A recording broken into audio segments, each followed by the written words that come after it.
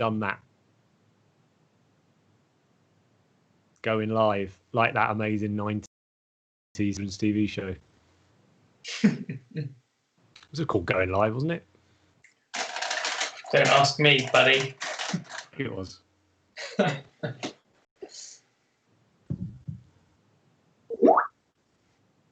think we're on, big man. Are we? Yeah. Excellent. I think we are. What's happening? Let's have a look. Have we got anybody actually watching? I think so. We do. I think we do. Welcome. Brilliant. Well, I tell you what, if we have got anyone watching, one of you say something in the comments, and that will that will let us know that we're not just talking to the thin air. Yes, there we go. Miniature Minis and Kendon. Well, hello. Yeah. Hi. Welcome to our first ever live stream on our YouTube channel, which is good fun too, and quite scary. But more importantly, thank you to everyone who's pledged. We've done it. This is crazy. We're funded. So now the work really starts, eh, mate? That's now we've got to make sure we get everything and see what else we can get done. I've been smiling for about an hour, actually. It's just like it's pretty awesome, right? It's going well. That's great. Oh, it's great to see you all in the chat as well. Hello to all of you. Recognise a few of those names from the other social medias as well. God, we've even got our Australian roadie in the chat there.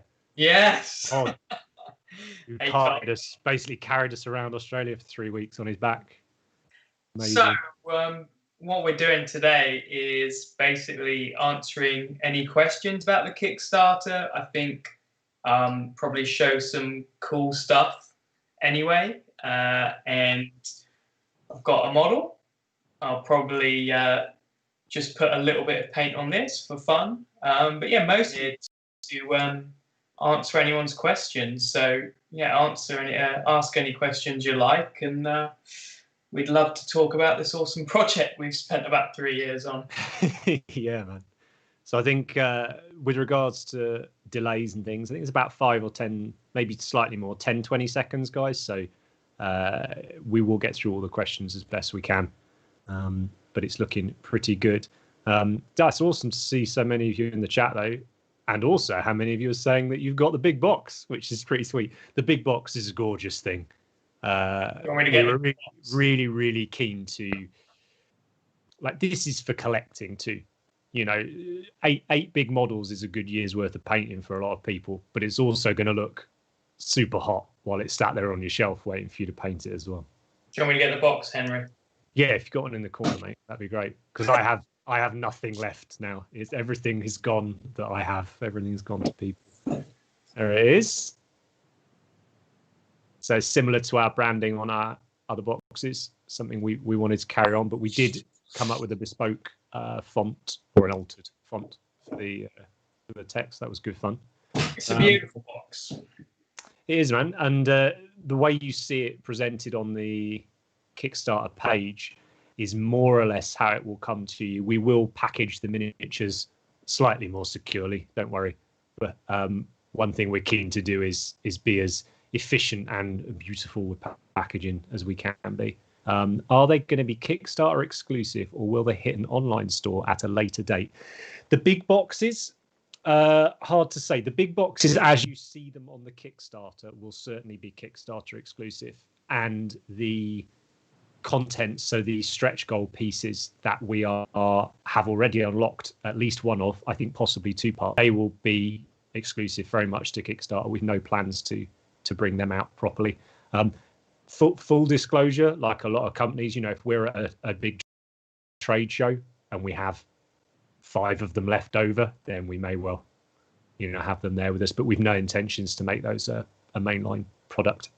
It was good fun, actually, wasn't it? Deciding what we wanted to make the primary sculpts, as it were, and what we wanted to do for the secondaries.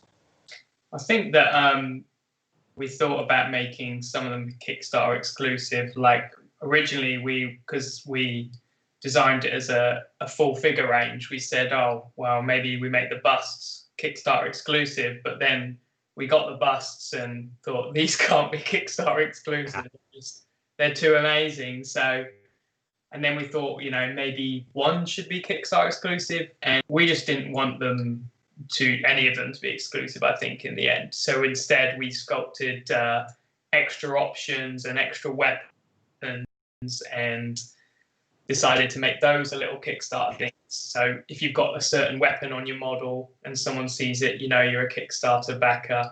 But it's something, I guess this is our first Kickstarter with miniatures. So maybe in the future we do more special Kickstarter exclusives. But I think the thing about the Kickstarter is, you know, you get the big price saving, don't you? And there's going to be a lot of cool extra bits of art that you won't be able to get after. So if you like, that's it, isn't it? I think we looked at how perhaps we could add value to the Kickstarter without necessarily.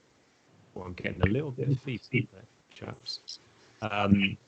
Without necessarily adding miniatures, and the artwork and the presentation is something we're going to keep pushing. And obviously, we're really hopeful.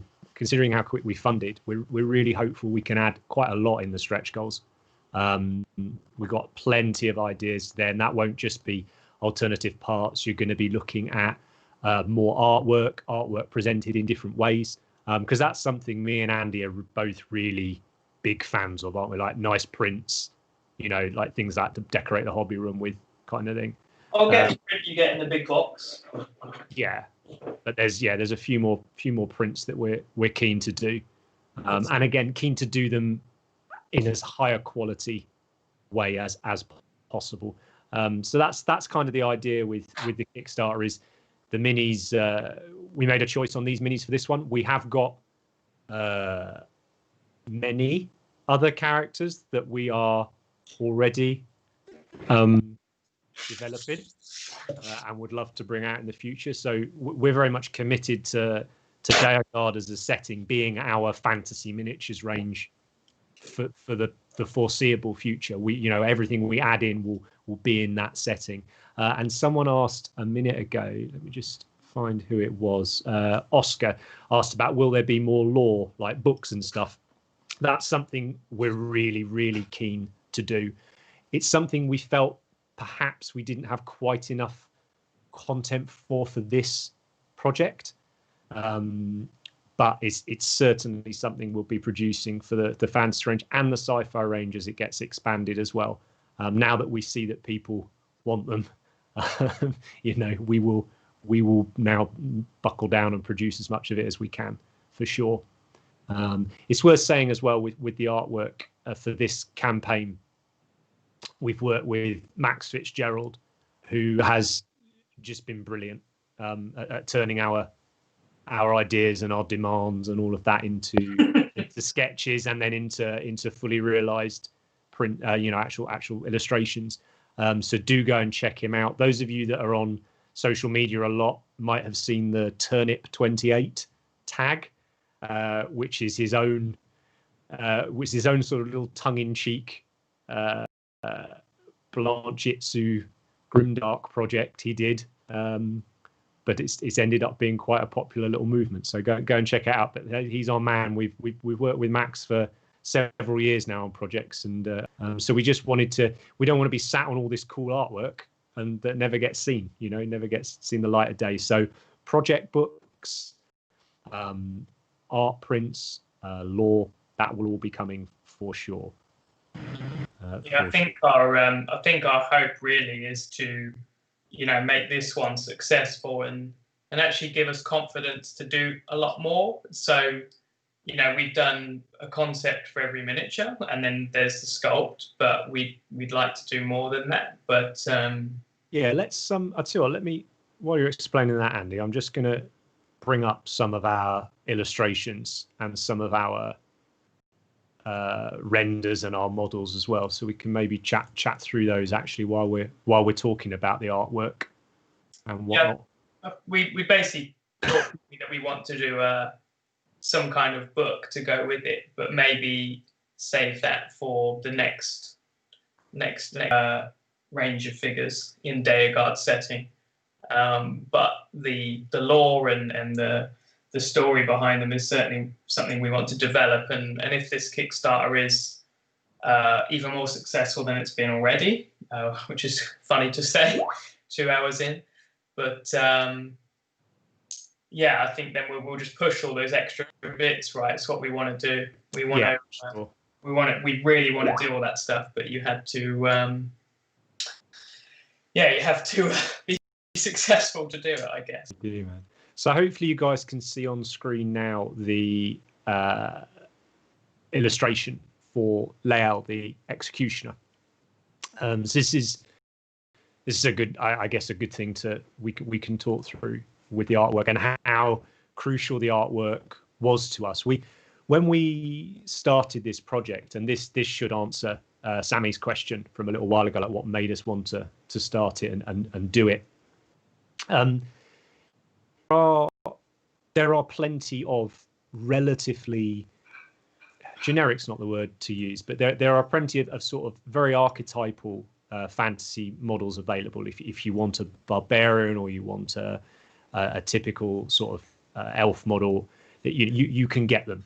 So there wasn't really any excitement or drive for us to just produce those. There are already people doing fantastic versions of those. So what's the point in us adding to them? So we wanted to create something that could be very much ours and would allow us to get hopefully weirder further down the line. So the artwork was absolutely key, as was the character creation. So their backstories, their inspiration. Where do we draw their history from? Where are the analogies to other famous things in folklore or myth? You know, it's all folklore and myth is always taken from each other and embellished upon and made into another fun story. That's the whole point of fantasy, right? It's this escapism, cool setting. So a lot of work went into creating that before we got anywhere near the sculpting of the actual models. 3 years ago, nearly, we started this project, and we were super happy with how our sci-fi project was received and how it was executed, but we knew there were things we wanted to change if we were to do a fantasy project. So we weren't bringing this out until it was absolutely ready for consumption, I guess. And for us to be just very excited about it, which is where we're at the minute. It's taken a long time, hasn't it? But yeah, something that seems silly, but I really realised how happy I am with every miniature in the range.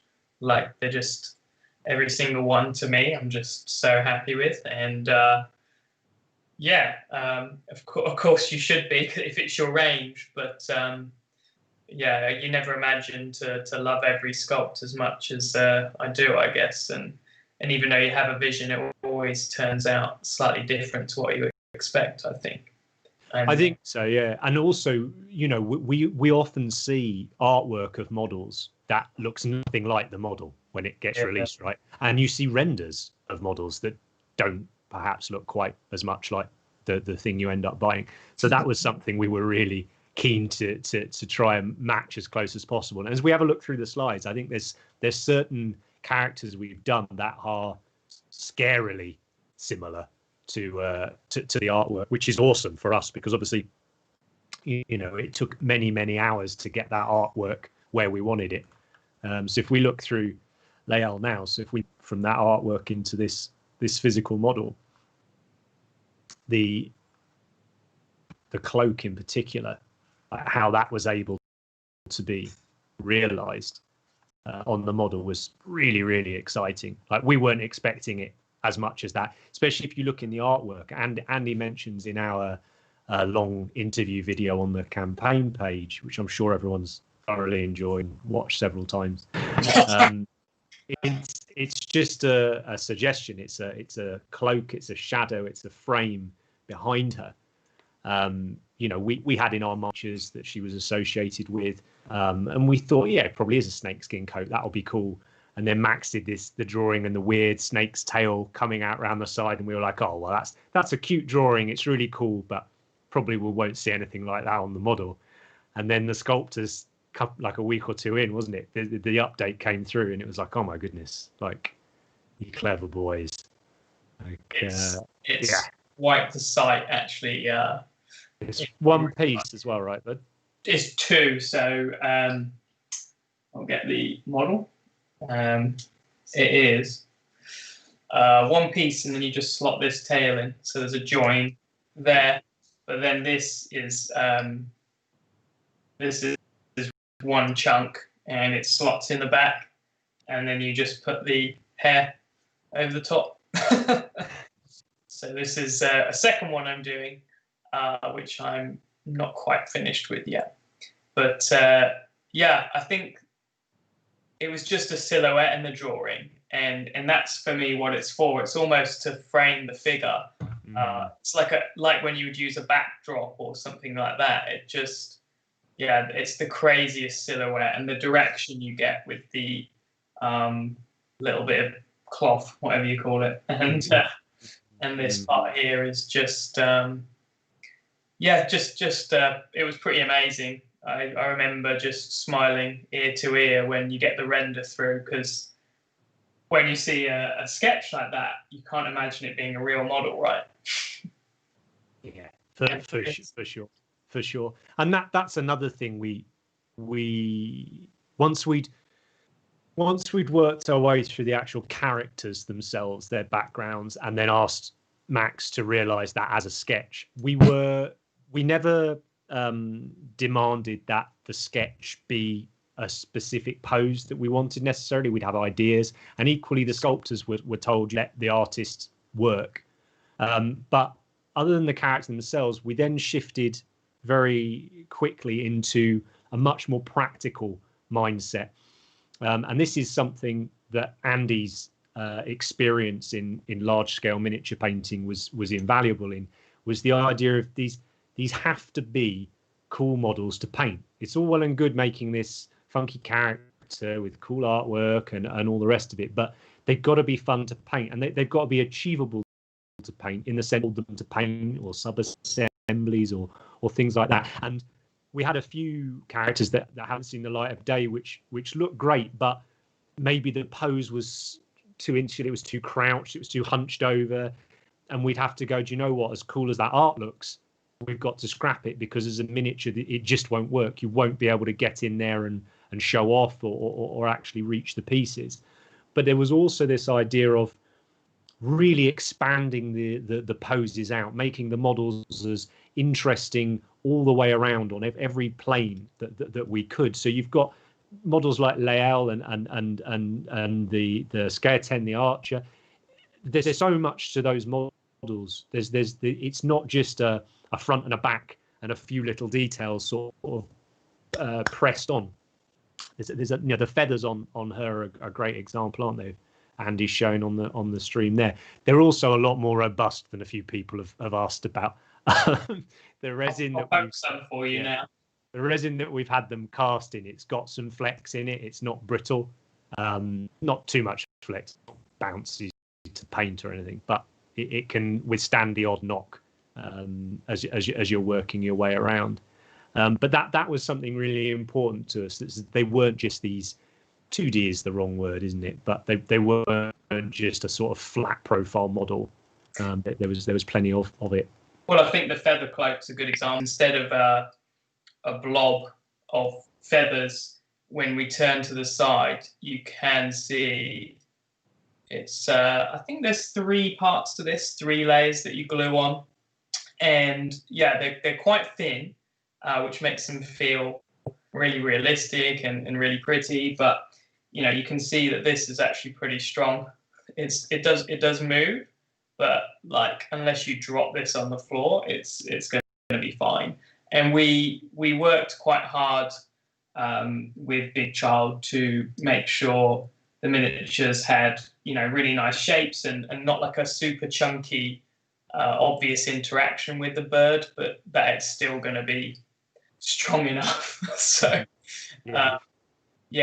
We even had a few parts that we ended up having resculpted and printed just to reinforce a few areas when they came through, didn't we? We felt, the last thing you want is someone to be really excited about this model and then it turns up in 1,000 pieces when it should only be in 10. Yeah, they are fine, but yeah, we tried to make them not too fine. So a few things were redone, and we just made things a little bit chunkier, and trying to make things as realistic as possible. But yeah, not break. But you can see these feathers. These feathers are fine, and then this guy is absolutely solid as a rock. So she's probably one of the more potentially damageable sculpts, I guess, isn't she? With the feathers and all that sort of thing. And you can see how robust she is. Now, Andy is not a gentle painter by any means. I'll be holding it like this. But that all goes back to this idea of first and foremost, we're painters and we love helping people get more enjoyment out of painting. So if we were going to release miniatures, they had to allow that. They had to allow us to teach interesting things on them well, but they also had to be achievable for people to paint and practice techniques on. We've been very, very hardcore about the 54mm scale from the get-go, from the sci-fi range and the elf range, because we feel it is a perfect step up as sort of a my first big miniature type thing. If generally you're painting tabletop wargaming type figures, so GW type models, it really isn't a huge leap to these models. If you've painted a troll, or the Trogos, or a Primarch from 30k, or let's have a think. What's that new Necron model that I've been painting for YouTube recently, the Void Dragon? He's a 54mm model. So it can be quite fun to try and get people to step up. Yeah, he's a big lad, actually. I measured him. He was close to 80mm, I think. Right. I've got the Necron Overlord next to the Archer, and she's a little bit taller, but we hope that it's not a crazy intimidating step up. So we're really, really conscious that it could be intimidating. And so we hope to provide a lot of tutorials just to help you paint them, really. And I'll be painting this live, just messing around, having some fun. But we will be doing some nice tutorials to go with these figures. But yeah, they're not crazy huge, but they're a little bit bigger, which means things like the face are actually less scary, because you don't have to worry about tiny features like the nose and stuff. So a little more leeway to paint them nicely, but not super scary. There'll be lots of tuition coming on those. Let's have a quick look at the chat. Chris, lovely to see you in there. Thanks, mate. I know pointy-eared fantasy things aren't necessarily your cup of tea, but I hope in the future we can make some stouter, more hirsute chaps and chapesses, which probably answers Liam's question as well. We very much would like to explore other races within Deorgard. We're not done with the elves yet, though. I'm never done. We'll just say that. Yeah, where's the dwarf? He's coming, mate. Don't worry. We'll get there. We'd love to get there. I mean, I would. Andy won't, but I would. Somebody asked, Purple Rain Painting asked, whose idea was it to mix Oriental into the classic fantasy style? So I think that Far Eastern Oriental aesthetic has long been associated with elves. I think there's a lot of crossover with perhaps the culture of feudal Japan or those types of places, eras rather, all that discipline, the arts. There's and I think a lot of companies and writers and artists have drawn on that for the background for elves. And as I said, we weren't looking to reinvent the wheel with them by any means. It suits them. That's how we're used to, or a lot of us are used to. A lot of us that have grown up on Tolkien and Games Workshop, and more recently various video game franchises. You know, we're quite familiar with that slight Oriental vibe to the elves. There's a little bit of just coincidence, really, that some of this first set of characters happen to be from those regions that would be analogous to Asia and the Far East, you know, in Deorgard.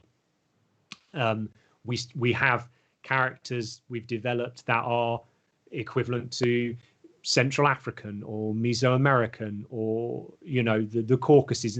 There's lots of things we want to explore with the elves and see what would they look like if they came from, you know, folklore from our world almost. We think it'd be quite fun to explore. But yeah, I think particularly the archer model, and obviously in Dryton the warrior is very, very Oriental, isn't he? So there's some fun to be had in that. We mentioned in the interview actually that we didn't give any of our box artists any particular direction for how we wanted to paint them, and I thought that was interesting as well. The color choices people have made, the basing choices that people have made. It's not all automatically gone to that, you know, cherry blossom and all that type of stereotypical type thing. As cool as that will look.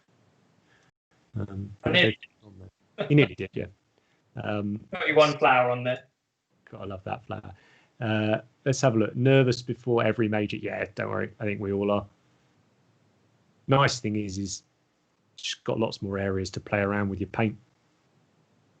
What was that? Can you buy one-off minis Space Toy without joining the Kickstarter? You can buy our sci-fi range at the moment, Space Toy, if you go on our website. We've had a few questions about how you pledge, and we will be filming something to put on the Kickstarter to address this. But essentially, say you wanted to get 2 of the miniatures, let's say Drafen and the Wolf. There's a nice set. You can go into the 1 times 54mm mini pledge, and you can simply change your pledge amount to 70, I think it would be, and that would secure you 2 of those miniatures. That is a lot more helpful to us as the creator of the campaign, because that's then added to the total so people can see how well the thing's doing. The other thing you can do is you can get your 1 times 54mm miniature pledge, so the £35 pledge, and then when the campaign completes, you will get sent by Kickstarter a thing called Pledge Manager, which essentially gives you the option to change anything you want to do about your pledge. So you could change it from the 35 up to the 241, or you could just add things in, whatever you want to add in. And within that Pledge Manager, there will be lots of things you can add in that aren't part of the campaign. So our other models, some fun swag items, our airbrushes, things like that. So if in doubt, just bang your pledge number to roughly what you think will cover what you like. But don't worry, you will 100% get another chance to figure it out before you actually hit pay.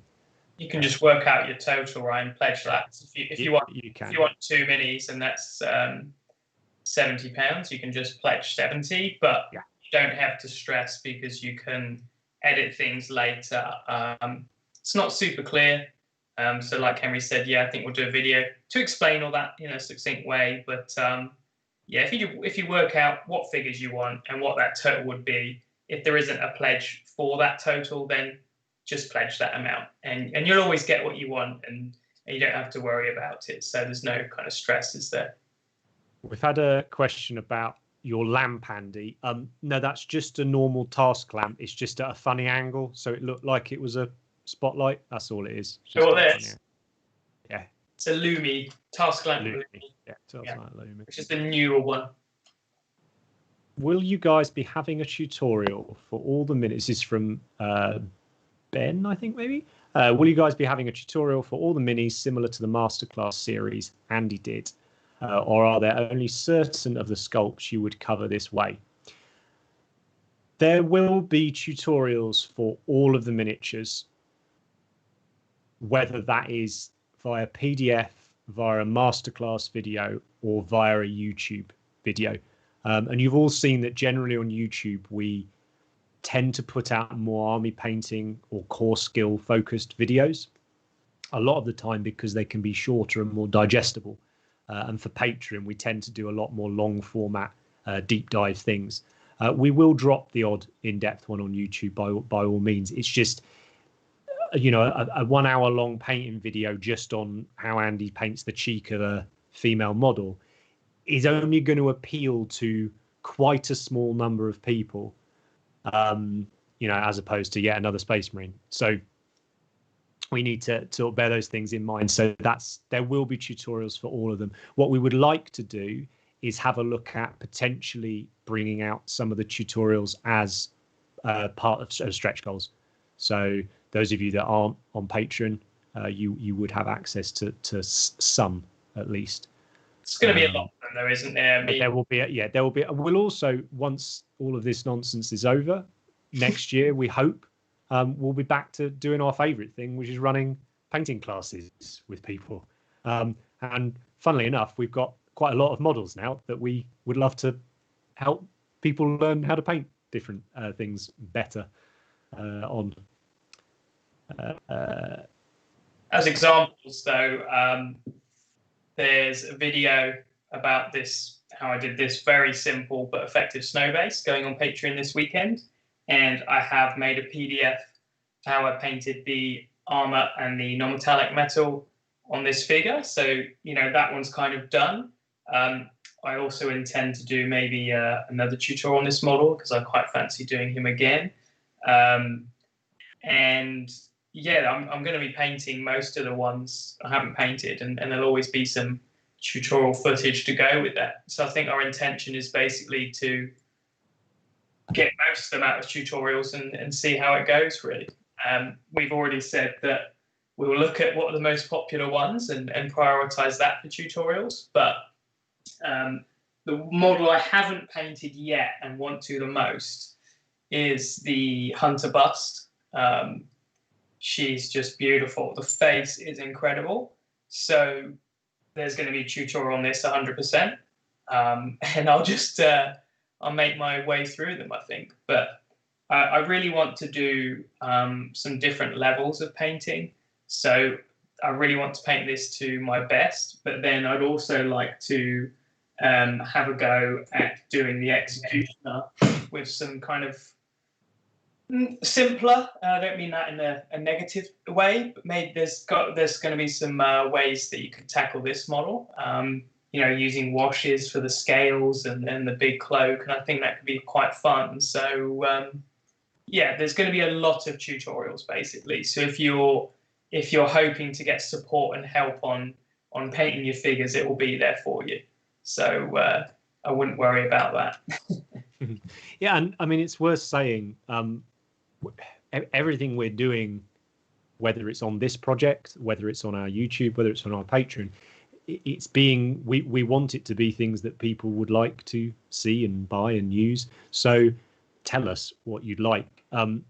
If this campaign continues as successfully as it started, who knows what tutorials we might be able to produce for you. You know, put us in a situation where we can dedicate time and funds to creating some pretty amazing tutorials in different formats. That'd be something we'd love to do for sure. I think the other thing is, Henry, that some of them will have particular features that are difficult. Yeah. So we can do a tutorial just to cover that. And actually the rest you'll probably be able to work out on your own. You know, the Hunter figure, she's pretty much skin. And I think if there was a tutorial on her skin, the rest wouldn't be too bad because you have some small leather straps and some things like that. But yeah, certainly, yeah, some figures could just have one or two of the elements as a nice standalone tutorial, I think. Definitely. I'm just going to get the slides up again of the artwork and the paint jobs because I think it'd be nice to look at the Hunter model actually while you've mentioned her, and also while that's loading up, let's have a quick check in the chats. Mike, I need a new Cult of Paint sticker. Will I get one in the box? Oh yes, we've got some amazing new stickers coming. We just need a reason to send them to people. So and this is a good one. Are they They're certainly not sparkly. I put it that way. If you were a kid in the 90s and had things such as Spokey Dokies and whatnot on your bike wheels and enjoyed that kind of thing, then you'll probably dig these stickers. Yeah. Or what were they called on Pogs? The things. Slammers. Yeah. If you like that type of thing, like a Pog slammer. Yeah, you're gonna really like some of the new stickers. Reference there. Can you buy some stickers? Yeah, we probably ought to do that, Chris. Didn't we? We probably ought to put stickers as an option. We kind of like the fact that you've either got to have bought a model or been on a class to have got a cult sticker. Like, we called it Cult of Paint for many reasons, but there was a little tongue-in-cheek element. We want people to feel quite oh yeah, cool. It's like when you see people in the black Cult of Paint t-shirts. They've only got them by meeting us. We will bring out other swag, obviously, but it's nice. It's really nice because it is, if you're at a tournament or a gaming weekend or a painting competition, it's quite fun to see people. So we love a bit of swag. We'll do a bit more of that for sure. And yeah, stickers are always a winner. Right. Mike likes shinies with the football stickers. Yeah, exactly. More stickers, the better. But this isn't about stickers. Maybe, who knows? Maybe there's another stretch goal there somewhere. Right. Let's have a quick look at this hunter model. So Andy was just saying there's a lot of skin to the model. It's mainly skin and leather, and you could argue hair. From a volume point of view. We took an approach with a lot of the models where, certainly not to the detriment of the character, but we knew we wanted textures or features on the model. Andy would turn around and go, no, there's not enough of this on that model. It won't be fun to paint. Or that's amazing. Let's put more of that on the model because it looks amazing to paint. And she's the sculpting on her legs in particular, and her arms, to be fair, and anywhere that there's the exposed flesh, the anatomy and the musculature that's been sculpted on there is outstanding. Yeah. And we couldn't have asked for a better model for us to demo how to paint skin than this. And then if you wanted to know how to paint fur, well, we got this massive wolf to stick next to her, which, yes, you can see in this photo, does indeed have his tail stuck on upside down. That was a deliberate Easter egg that we put on there to check people were paying attention. Definitely wasn't something we missed. But the wolf, I think we're going to put a tutorial out for the wolf fairly soon, aren't we, Andy? I am going to paint it as soon as I can and get that tutorial out this week. So he's a cool model. He wasn't necessarily an afterthought, or her, I guess. Wasn't necessarily an afterthought as a miniature. We just weren't entirely sure if it was going to be feasible. We knew we wanted a massive wolf, but we also wanted it to fit in with the range as well, which is why there are some slightly elfin features to it, which could hint at something we look into. But as it is, it's massive and it's really cool. And that photo, actually, Andy, have you got one built next year or not? No. Yeah. Yeah. So just to see the actual mass of the critter. There we go. Let me shimmy some bits and some bobs. So this is my whip base. We've got the nice water here, and she'll be running through there.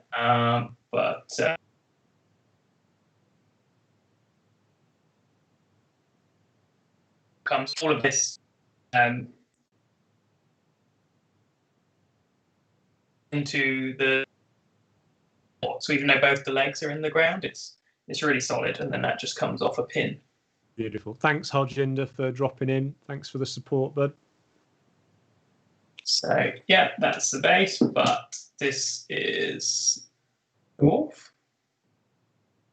It's huge. It's huge, isn't it? I can't wait. I can already see multiple project ideas for that model, not just to go with that. To be honest, like yeah, that'd be pretty cool. I mean, I'd like to see it next to the Woodsman as well, as a maybe a little homage to a famous Wood Elf character.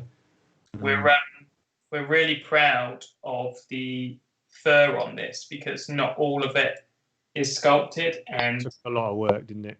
This is all smooth, but it has almost like guidelines. And we're going to do a tutorial how to do painted on fur, so how you actually paint the texture on. But we believe that has a nicer aesthetic than having lots of painted fur. Certainly for gaming miniatures, it's great because you can use washes and a dry brush and get a fantastic effect fast. But we believe that it's very satisfying to do a kind of painted on effect. So that's my kind of priority for the tutorial, really, is just to show that painted on fur effect, which you could use for anything. Things like, horses are normally sculpted smooth, but then also you should be able to tackle this figure for sure. Yeah, he's a real. As I said, he was by no means an afterthought, but I think he actually took quite a lot of backwards and forwards work with the sculpting, didn't it, to get him as we wanted him. And it's just ended up being just a really cool model that I didn't necessarily think we'd have at the beginning of the project. And as a lot of people have rightly pointed out, when you put them together, as they were designed to be, together, they just look so cool. It's very hard, guys, for us to be particularly objective about these models. We love them. We wouldn't have put them out if we didn't. So if you love them too, it's really great. But you can see how they go together. Oh, might have got a prototype part in there as well. It's it might well have been unlocked by now anyway, so I'm not too worried. For me, this is one of the most dynamic figures I've seen, and it's just amazing. So definitely going to be done a tutorial for this. I'm going to finish that next week. Tutorial for the wolf for sure, and definitely maybe a PDF rather than a video for her. But the three elements to this, we've got tutorials coming for all of that, so that's kind of cool. But yes, it's amazing to be at the point where people can see these. Like, I've been desperate to show this pair of figures off, right? I mean, I think if anybody's been on our painting classes in the last few years, they'll have heard us talk about this project. And for various reasons, it's taken longer than we'd hoped. But it's a really lovely feeling to have finally got them out there, and for the support to be there to vindicate the decision to do it in a way. It took us a long time to commit to the idea of doing it as a Kickstarter. We released our first model range, the sci-fi range, not as a Kickstarter, as individual models. But we had good discussions with some good friends of ours in the industry and people that come on classes as well, and sort of came around to the idea that actually Kickstarter would allow us to achieve so much more with the project and future projects. So that's why we've gone this route with it. We've had these prototype casts made up, prints and casts made up. Now we just wanted to be in a position where we'd be able to produce them in the manner that we wanted to. But that pair there, the hunter and the wolf, I think there's certain ones that really lend themselves to dioramas, big dioramas, and I think there's going to be some pretty cool ones with her. I mean, we've already seen the paint job by Ruben, you know, it's I can't wait to see more. I just can't wait. I'm excited to do mine. I'm excited to see other versions. It's just cool. And if anyone else thinks they're really cool, then we want to hear. Yeah, for sure. It means a lot. Like every comment where someone says this is awesome, like we'll read every single comment, and yeah, we're so passionate about these figures. I think that's the thing. Like, yeah, it's just amazing. And every kind of compliment really spurs us on, right? It does, man. And a big thanks to Todd. He's over in Oz. His sun's coming up, so he's going to try and oh yeah, have a bit of sleep. We were developing this range very early on in the back of Todd's car for quite a long time, chatting about that. So that was a long time ago, driving through some amazing places in Australia. Was where the project really got off the ground. So yeah, thanks again, bud. It's where we do our best ideas, isn't it? In those long drives. I think so, yeah. I think. Like to and from the freezing north to do some painting classes, and yeah. I remember that road that absolutely scared the hell out of me, and but yeah, just I remember that, talking about this range and always finalising little ideas. I really enjoyed that. Yeah, it's worth saying this release, this project is maybe a third of what we've got in mind already. There's as I said earlier in the call, but we're very committed to this project. You know, as we want to be miniatures producers. We love teaching, absolutely love it, and the situation we've all found ourselves in this year has made us learn to love and get into online tuition as well. But we want to be miniatures producers. You know, we feel we have some real weight behind us when it comes to making sure you get models that are good to paint, that are fun to paint, that are rewarding or challenging to paint, you know, and that's not just for someone who might painting a model, pushing their skills a bit. This might be someone who fancies going to her first competition. You know, I can't wait to see the competition circuit next year once our models are out. You know, hoping we see some placing. You know, it was incredibly cool with the sci-fi range to see every model get a gold medal at some competition. You know, that's what you want. You know, we've got zero control over what people do once they buy them. So, you know, you just got to hope we've made it as paintable as possible. So yeah, that's what we got going on here. That wolf would be good in a space wolf army. Yes, I agree. I said Russ. 2 of them would probably be even better. Let's have a look. Yeah, the spear. I know there was a spear in that picture, wasn't there? I think that's a cool alternative part to the model. We've had a few questions about whether we're going to turn all the models into busts. No, is the simple answer there. We are certainly considering doing more busts, but there are certain characteristics of the sculpts and on the models that lend themselves more to a bust. And we feel that the 2 we've picked so far are very much the best for that, which is why we picked them. You know, that's why we've done them. I think you know, when we do the next slot, I'd like to do more busts, because out of all the figures, they're maybe the ones I enjoy the most. But some of the figures just wouldn't be as perfect as busts as the ones we've done. So even the Archer, the thing that makes her cool is you know, having the hawk ? Having the hawk and the huge bow, and you know, and the base, in fact. So if you take just the parts that would be the bust, which would be the torso, it would still be cool, but it just wouldn't be amazing as a full figure. And then it doesn't naturally work as well as a bust as the hunter, who you've got a very nice open face to paint.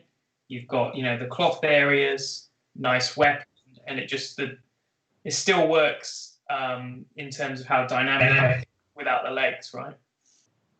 So yeah, definitely. And the Woodsman as well is obviously just perfect for just a been asked about whether we've shown the alternative parts by Liam, and no, we haven't. I will go on now and see where we're at and what we've unlocked, and I will. We're close, buddy. Chuck some pictures up. So I think we've had a little bit of lag on the call. Chat's disconnected a couple of times. Hopefully we're back now, guys. Seems to be pretty good at the moment. Mike, I want that hawk on her shoulder to go on Jagatai and his void bite. Yep, that would work great too. And you'd have a lovely archer model. Although we did say this the other day, when the hawk's not on there, he really does balance her out. So yeah, so we'll have to see what we can do, but maybe we'll find one in the spares box that we can drop It's in. probably one of the best sculpts though. Like, these wings are amazing. Kane's just asked, are you looking to add more creatures and monsters into the world? Yes. 1,000,000%. Yes. All the miniatures projects we've got planned and coming out in the next 12 to 18 months, critters will feature heavily in there. I think we're going more risky, really, if this works, don't we? This is the safe range, and then if you allow us, we'll risk it. And if you enjoy the familiars and the wolves, then there'll be more. But yeah, can't wait. There will. We had a question earlier about the painting of the box art miniatures. Mm-hmm. So I'm just going to bring up the slide show again, and we can have a look at those. And I might leave you to have a little bit of a chat about them, Andy, while I update the page with the unlocked parts. But the question was, do we know how much airbrushing the artist used on the individual models? And yeah, quite conveniently, that's a nice little hint at one of our most popular products, which is our two signature series airbrushes, the Infinity and the Cult of Paint Evolution by Harder and Steenbeck.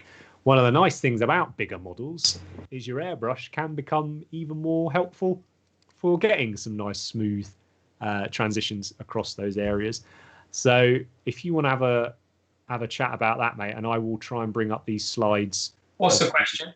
Painting models. Just, do we know how much the airbrush may have been used on some of the models, or in which way you would perhaps use the airbrush to help you out? So, for instance, even on that Archer model you've got in front of you there, using the airbrush to give you a nice zenithal sort of guideline.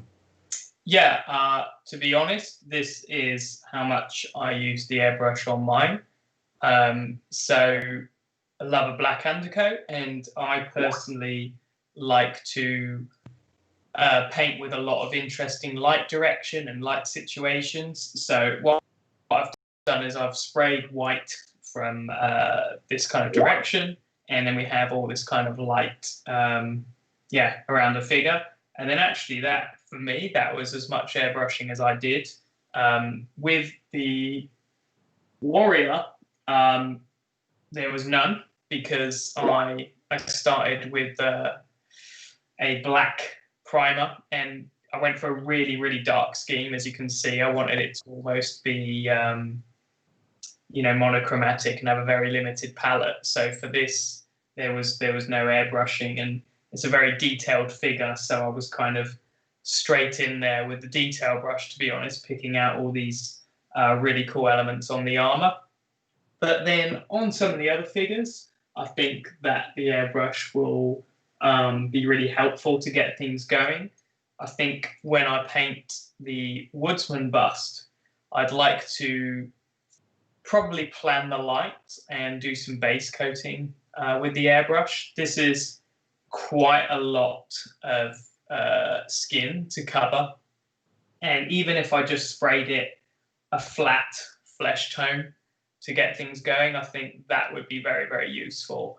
But in terms of the other artists, I think they use the airbrush very little, in all honesty. I think most people might be thinking about David Colwell's version because it's very, very smooth. But Dave is just very skilled, and he doesn't really need the airbrush to paint smoothly. So I'm not sure how much the individual artists did use it, but it's probably less than you think. But all these guys are amazing at kind of blending with just the brush. So I'm planning on using it loads. Yeah.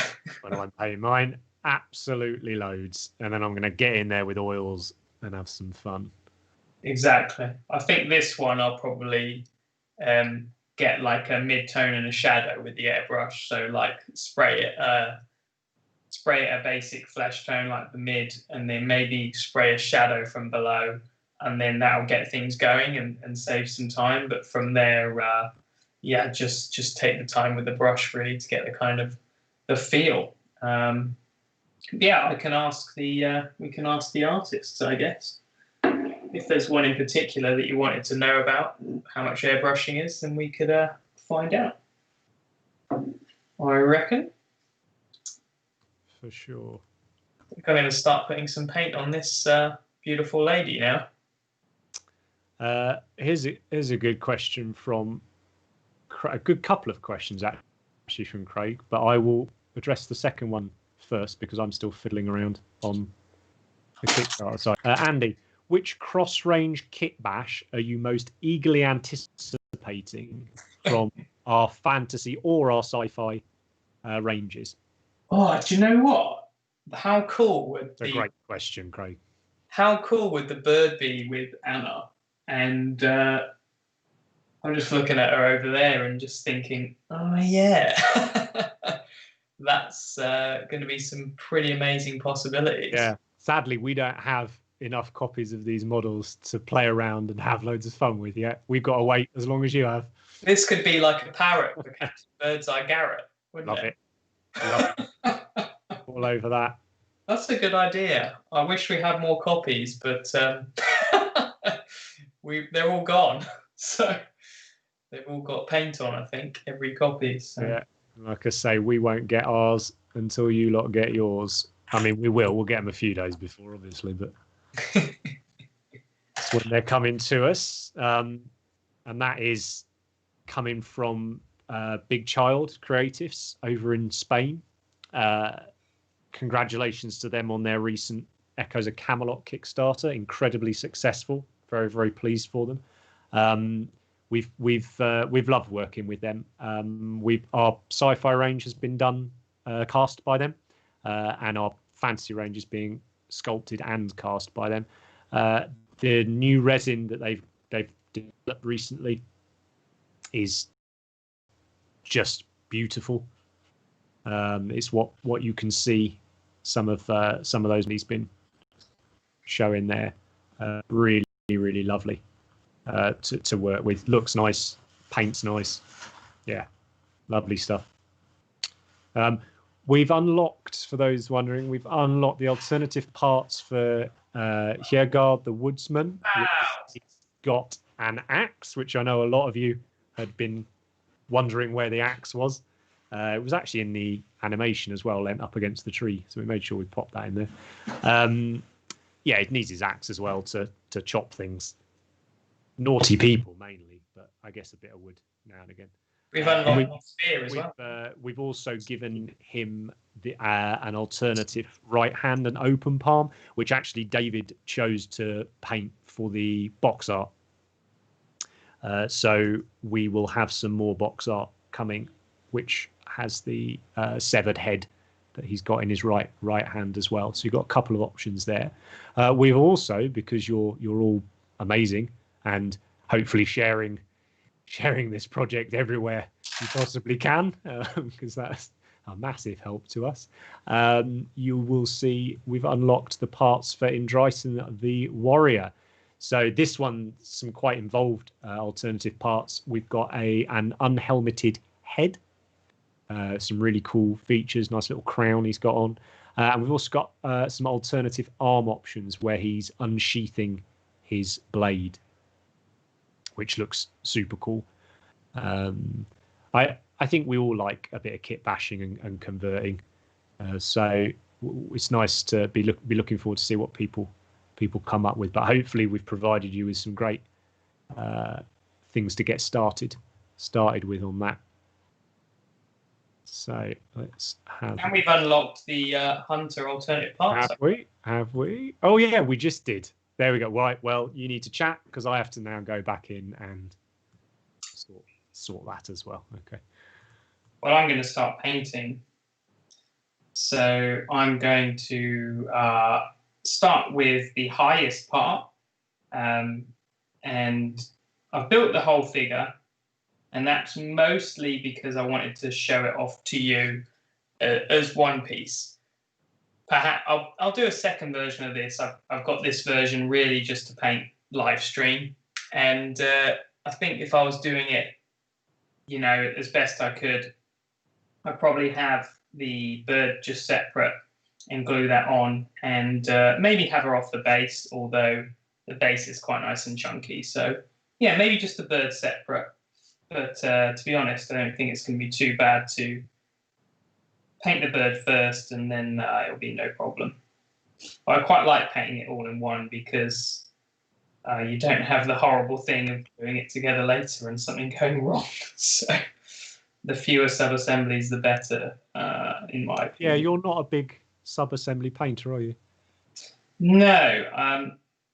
I think for Golden Demon I am because you want to try and paint everything kind of technically super perfect. But when I'm painting maybe a larger figure, I'm concentrating more on the light source and having the parts all together is really crucial for making sure that light source is kind of consistent. I mean, you can do a pre-highlight like I've done and take the parts apart, but this is quite nice. Also, me and Rich were saying that you get excited and want to see the model put together. But if you've got it all glued together, you don't have to sort of rush things. So it's kind of cool. But I don't mind manhandling the figure anyway.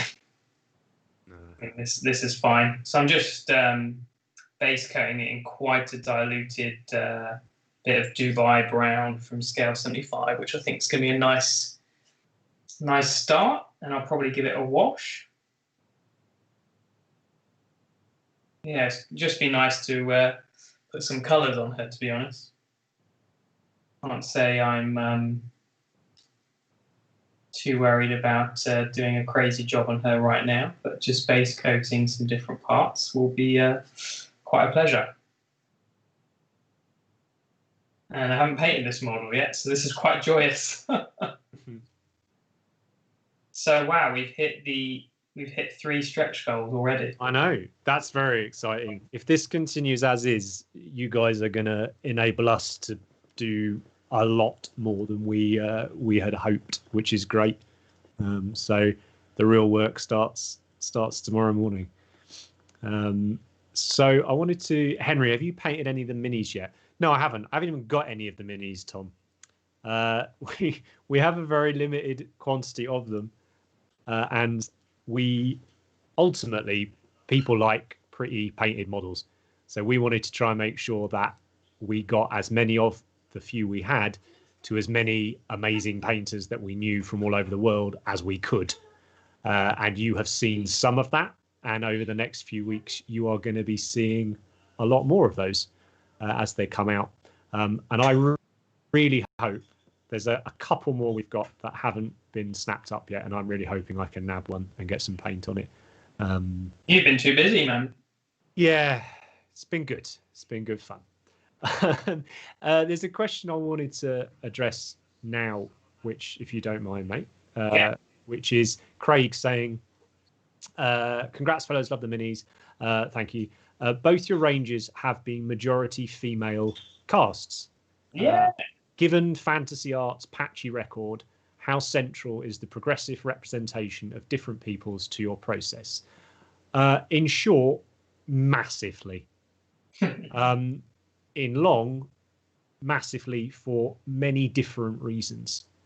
It's something we feel quite passionate about on a social level. There's also, I think, a very exciting time we're going through now in the miniatures community, where it's becoming a lot more accessible to everybody, which means we're getting creatives coming in from all walks of life, from all previous creative backgrounds. And it means we're starting to see tons of really cool models. And that's the other massively important point. We wanted to make cool models to paint. If you want to go and paint a muscly, quite large busted woman, barbarian model, there's probably plenty out there for you to go and get. You know, there's no shortage of those models. We want to present models that are more exciting to paint, that are more interesting to paint, that allow people to paint how they want, represent whatever they want from it. So yes, that's it's really important to that, and you will see it throughout the rest of our ranges as we continue. It's just part of modern miniatures creation, in our opinion, and we want to enjoy it. I mean, this we as I said earlier, we didn't have any criteria for our box artists of how we wanted them to paint things. We just said have fun, which is why we've had some models come back purple. Yeah. Andy, you've painted your warrior model as a sort of ashen, almost undead, ghoulish type skin tone, haven't you, on your dude? So, you know, we're not just looking at representations of ethnicities as we understand them, as we interpret them in real life. You know, we're running wherever you want. You know, people are having fun with painting these models, and it's wicked to see. Yeah, I'm actually really.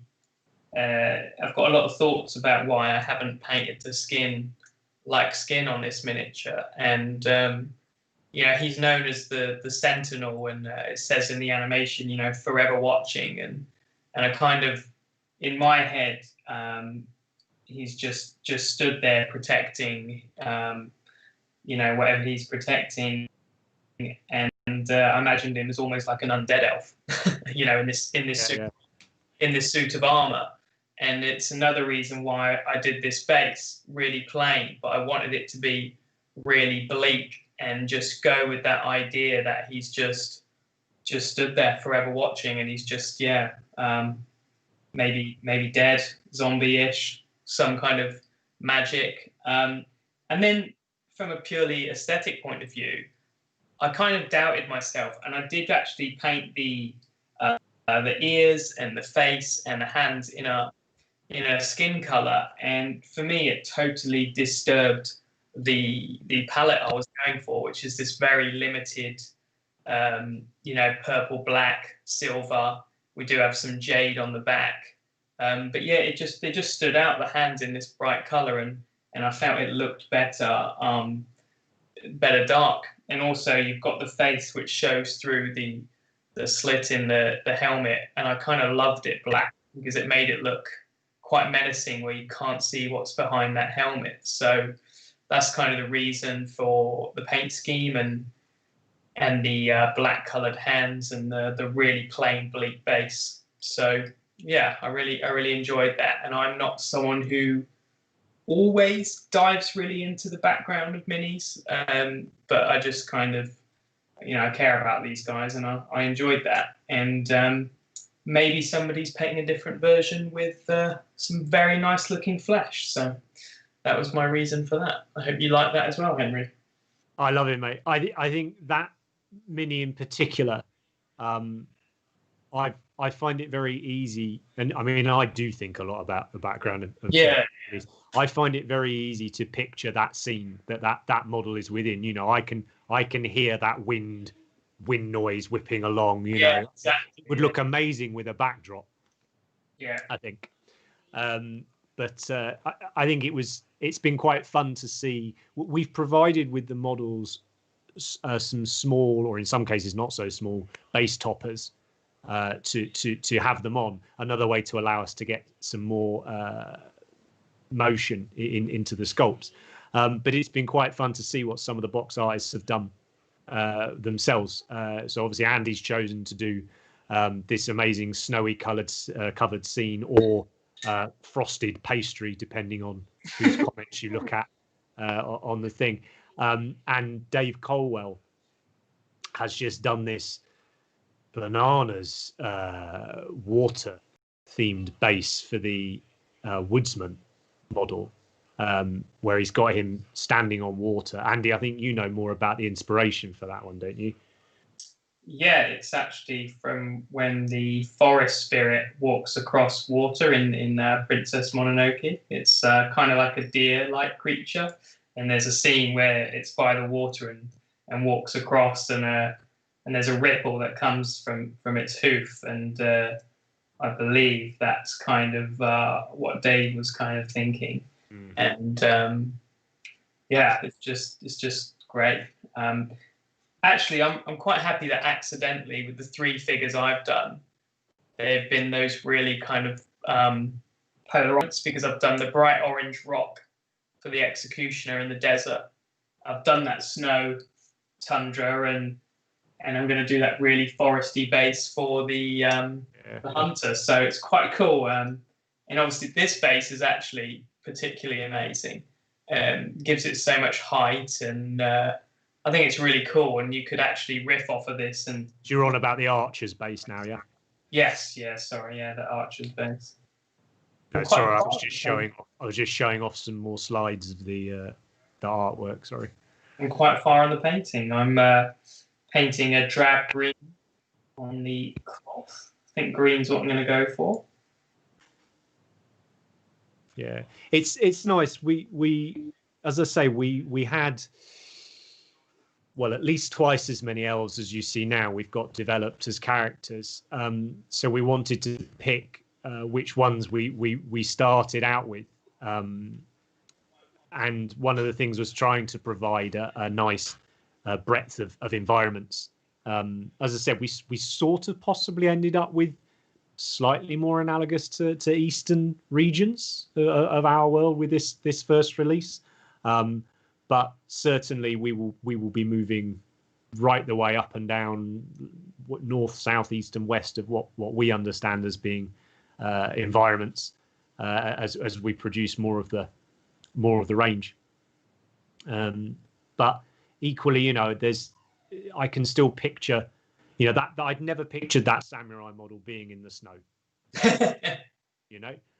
Which is really cool, because you can picture. No, I think because he's got that lovely temple base topper that he comes with, I really did picture that classic cherry blossom temple, lacquered armor, that type of look.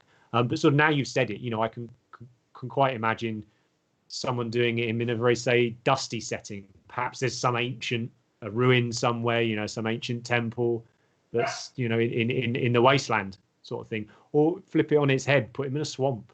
I think there's a lot of fun that can be had. We wanted to give these characters grounding and background and a reason to be who they are, but we always wanted to leave as much as we could open to interpretation. It's why a lot of the lore and that we won't necessarily talk about, because we feel it's present in the miniature as you see it, and then it's up to you what you want to do with it. We ain't mad, You've bought the miniature, you think it's cool, you go to town on it.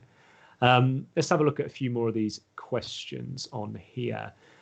Tom, amazing selection of characters. Thank you very much. What made you choose this race of humanoids? Andy is a colossal elf fanboy. And I think they're really cool too. And it wasn't worth the fight. I like them enough that I was like, yeah, cool, let's do them first. And again, I liked the challenge of, right, how can we make these elves as interesting as possible without necessarily repeating tropes that we've already got. Artist Opus, the brush guys, our good friends. You've mentioned pets and gribblies. What types of fantasy beasts appeal to you each the most, and what would you love to bring to life as parts of your ranges? Wow. I mean, all of them, really. I think for me in Warhammer, the models I always enjoyed the most were mounted ones. So whatever the main, I love the old school Warhammer Fantasy dragons, and Eltharion on is he on a griffin? Yeah. So I think something I really want to do next would be a mounted figure. I just always love those characters. So whether it's a regular horse or something like that, I think definitely a mounted figure is something I'd love to do in the next one. I think having a successful Kickstarter like this would give us the confidence to do a figure, because it is actually riskier as a producer, because it has to cost more, as in, it's a higher price. And so I think this Kickstarter will give us the confidence to do that. But I think that's a big one for me. What about you? I think I've always loved beasties. Yeah. I love Warhammer's a big fantasy setting that I think a lot of us playing are aware of and like, and it's an established, it's 3 or 4 decades old, that setting. I like beasties, things like the more weird warped ones, so things like the cockatrice model, or I love the Jabberwocky from Lewis Carroll's stories. Those really weird warped creatures. I actually thought that Lamassu creature that they've made for the modern Teclis model is a really interesting critter to have a look at. But it's my favorite. As cool as all these enormous great beasties are, it's little critters are the coolest for me. That's what you like. Yeah. I will happily spend far too much money on a model kit just to get the weird cat or the cyber dog or things like that. I love little critters. I don't know what it is. There's one of my favorite models from our sci-fi range is Raoul, who is the slug that Zola is stood on. I'd paint, quite happily just paint him all the time. I think we will see, but there's no limit. We want to cover the classics, but we also want to have a bit of fun. I think we want to do like fan favorites because we're fans as well, but then we also want to risk it. I just want to really quickly explain what I'm doing with the painting, because maybe it's useful. But hopefully you can see in the folds in the cloth, and these are very strong folds, how it's been sculpted. But where I've sprayed the white from this angle, we have all of these kind of light grey panels. And what I'm doing is I'm taking this lovely refractive green from Model Colour, and I've diluted it a reasonable amount. But what I'm doing is just painting it on the light areas. So I'm leaving the black folds, so it's just starting a shadow. And I will paint those black folds, but I think I'll mix up a darker colour. And that's what I've done for the front too. And you can see how my zenithal highlight's been really helpful. And I've actually got quite far already. Like, it's only base coating, but I'm already getting a good little vision for this model, and it's really enjoyable and nice to move the brush around. So yeah, I'm quite enjoying it. We've this has obviously been more popular than we'd hoped, this project and the live stream. So we're going to do another live stream tomorrow morning in the UK time. I think 9:30 we'll do it. I'll pop some details up about it. Perhaps in the morning stream we'll focus a little bit more on painting. Let Andy sort of narrate and talk a little bit more through the process as he's working on it. Yeah. because I'm just conscious we're coming towards the end of our time for this evening. But we'll definitely cover that. It's something we'd like to do a lot more of, guys. Is be able to engage with you directly like this. So I think throughout the campaign we'll certainly look to do a few more of these, and perhaps we'll try and get on some people such as Max, the artist, the concept artist. Perhaps we'll see if we can get some of the box artists on as well to share their experiences with what they've done. Just let us know. That's what we need, really. Let's have a look at these questions. Do we have a race in mind for the next release in this series? So we don't want to get too far ahead of ourselves. We've got projects in mind for the next year and a half. I would say we probably feel there's some unfinished business with the elves before we move on to the other races that exist in there. Sorry if there's any background noise. My puppy's just woken up, so she's scrabbling. So this is quite good timing. We'll definitely make some sort of mutant puppy model at some point. But yeah, I think we'd like to. There's a few more elves we'd like to explore. I am a massive, as much as Andy is an elf fanboy, I am very much a dwarf fanboy.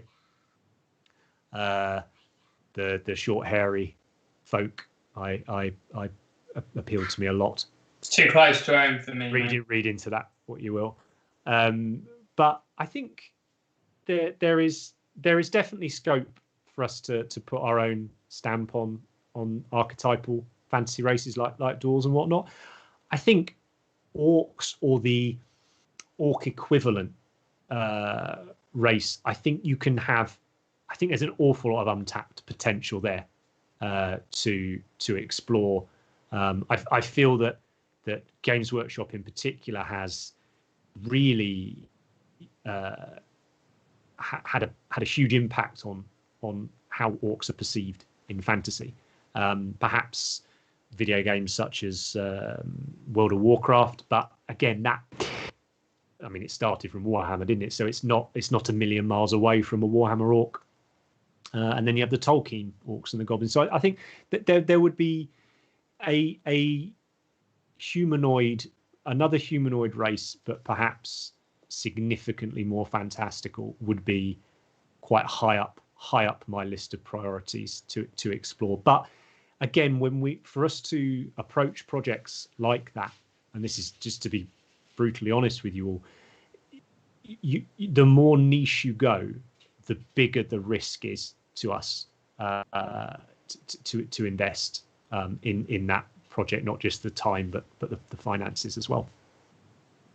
So if we had a couple of very successful Elven Kickstarters under our belt, maybe the next one we look at a multitude of races, but perhaps just one or two characters from them, as opposed to a whole range. And then from that we could see where the land lies and what people are interested in. So we do mean it when we say we're led by you guys. We have desires and we have things we want to go and do, but ultimately, they can't just be vanity projects. They need to be something that a lot of people are going to go and enjoy. So yeah, for sure. Let's have a look. Come on, the dwarves. Yes, good to see lots of dwarf. Andy's going to love this. So what's that? There's lots of calls for dwarves, mate. Yeah.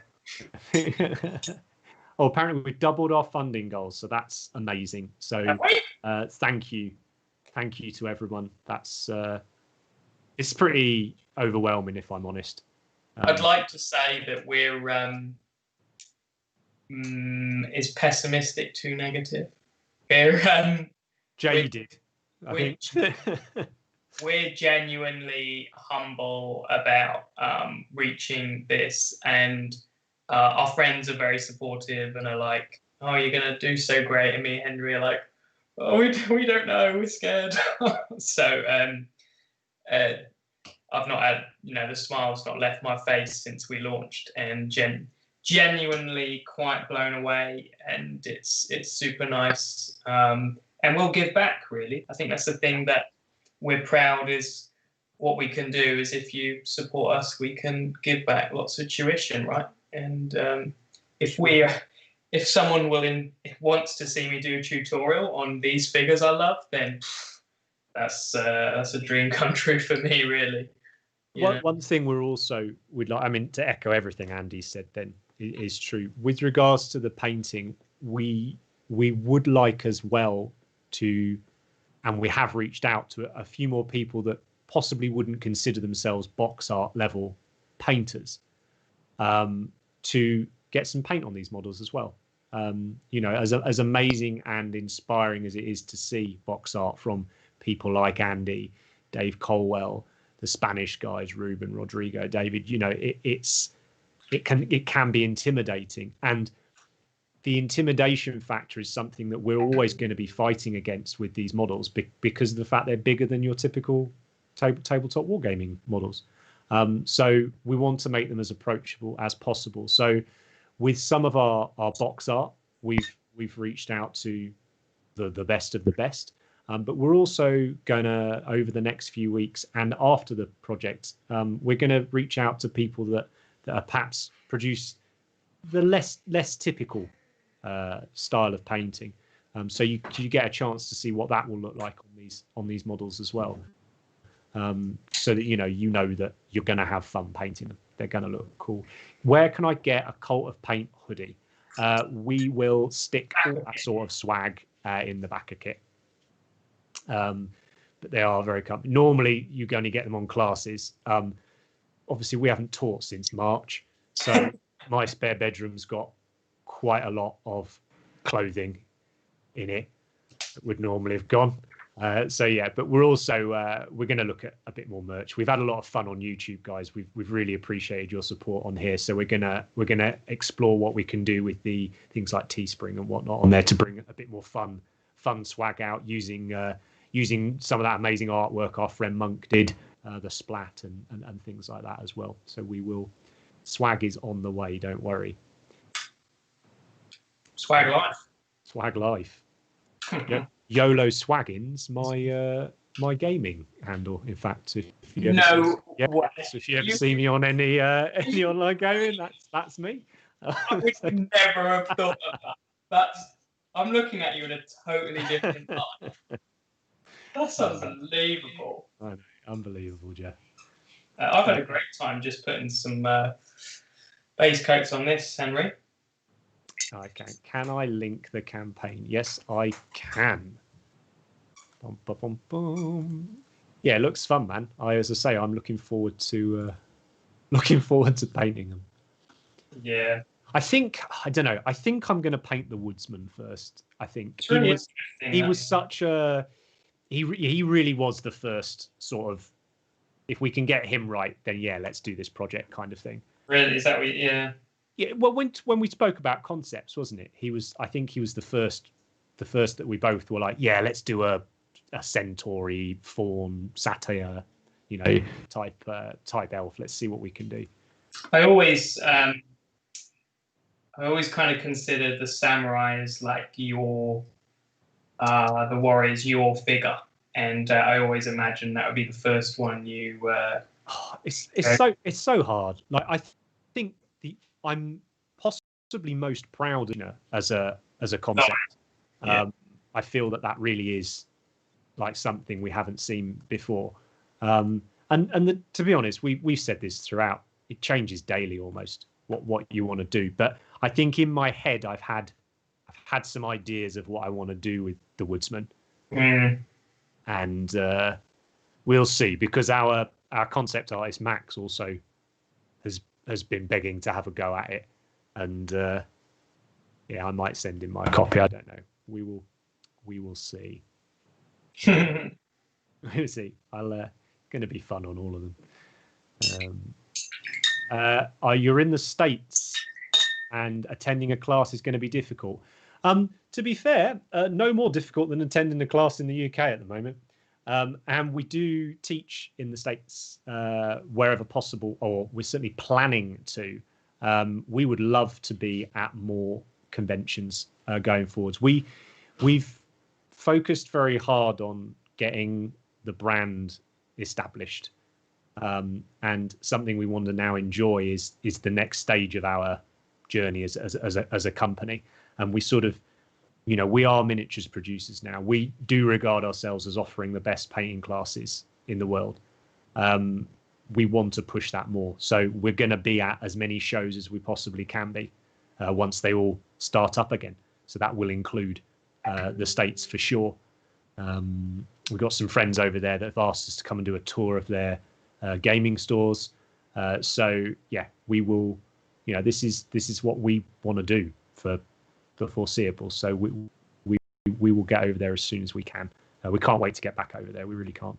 Yeah, we're desperate to teach, to attend shows, and traveling for these painting classes became a really important part of my life. Really, doing the LVO, doing Adepticon, it's just quite an amazing opportunity, and missing it a lot right now, as I'm sure a lot of people are. So yeah, we'll be stateside as soon as we can, right? Yeah, for sure. I mean, who knows? When's have they cancelled Adepticon or not? Let's not talk about it. Oh, sure. I'm trying to think. Yeah, we'll get, as soon as we can, we'll get out there. Let's hope. As soon as we can, we'll get out there. Yeah. Yeah, we promise. We Have we got any more questions that we can? No, I think that's just about it, and that's bang on time to wrap it up for tonight. Okay. So again, just a huge thank you to you all for your support on all of our platforms, the Kickstarter that we're talking about today, but YouTube, our Patreon, the classes, and even when people just reach out, they bought some of the miniatures, they want to have a chat to us about them. It means an awful lot. Cult of Paint is ostensibly just me and Andy. We've got a few good friends that are invaluable to us and help us get things done. But when you reach out to us, it's one of us two you'll get in touch with. So if you want things to happen, just let us know. So Collateral's just asked in the chat, will Patreon continue once you get back to traveling and teaching? Yeah. 100%. Patreon and YouTube have never been designed to replace our classes. They are designed to my mind's gone a bit blank for the word I'm looking for then, but to complement the classes. Yeah. So we will, 100%. We want to do more is the key. So with your guys' support, we will keep doing it. We promise. We want to get better at everything as well, don't we? So, we've had the longest time we've had off classes since we started, and we've just been thinking how they're going to be better, and that's in conjunction with the Patreon. Like, okay, so we do this on Patreon now, so why don't our real classes focus on this? And so we're really trying to make everything work in harmony, right? And YouTube and Patreon's a huge part of us, and that'll carry on definitely when we're doing the classes. Yeah, it will. And we've always felt on classes that we want them to be as hands-on as possible. We want you to be able to get right up close to us as we're painting. So consequently, we very, very rarely use screens or anything like that on classes. Of course, there's a place for screens and close-ups and stuff. We just happen to decide that maybe that's on our Patreon and on our YouTube. And the majority of our classes, we will maintain low numbers, but very, very sort of intimate hands-on stuff because we love it. We enjoy it. But with YouTube and Patreon, we're now for things we couldn't do in classes, and obviously reach people we couldn't with classes. But yeah, let's take it back to the Kickstarter. We've got a busy night ahead of us now to discuss what order we want to do our more stretch goals in. Go through that list and see what the morning brings. If the first few hours are anything to go by, I'm really optimistic that we're going to be able to bring you quite a few things that we wanted to, but was too risky for us to do from the start.